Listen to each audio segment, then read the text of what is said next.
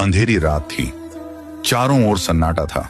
हवाओं में भी अजीब सी सरसराहट थी, जैसे कोई अनदेखा खतरा धीरे धीरे पास आ रहा हो। आसमान पर काले बादल गरज रहे थे और दूर जंगल से भेड़ियों की दिल दहला देने वाली आवाजें गूंज रही थीं। पूरा माहौल किसी खौफनाक तूफान से पहले की चेतावनी जैसा था।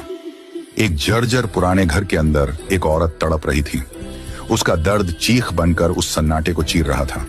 वो जिंदगी और मौत के बीच झूल रही थी, क्योंकि वो बच्चे को जन्म दे रही थी। और जैसे ही बिजली जोर से कड़की, एक बच्चे की चीख गूंजी। उसने जन्म लिया। एक खौफनाक रात में इसी वक्त दूसरी तरफ पूरे हिंदुस्तान में खून का खेल चल रहा था।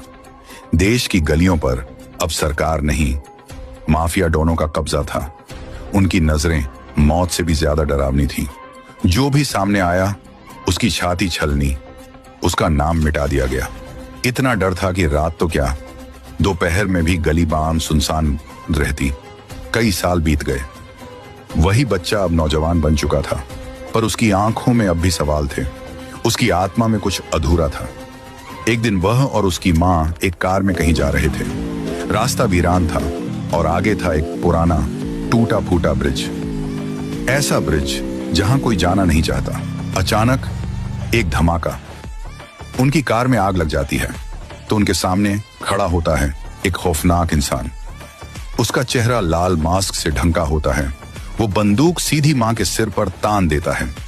लड़का गिड़गिड़ाता है, मेरी मां को मत मारो, मैं कुछ भी करने को तैयार हूं। वो घुटनों के बल गिर जाता है, रोता है, चीखता है, पर वो रहम नहीं करता। एक गोली और सब कुछ खत्म।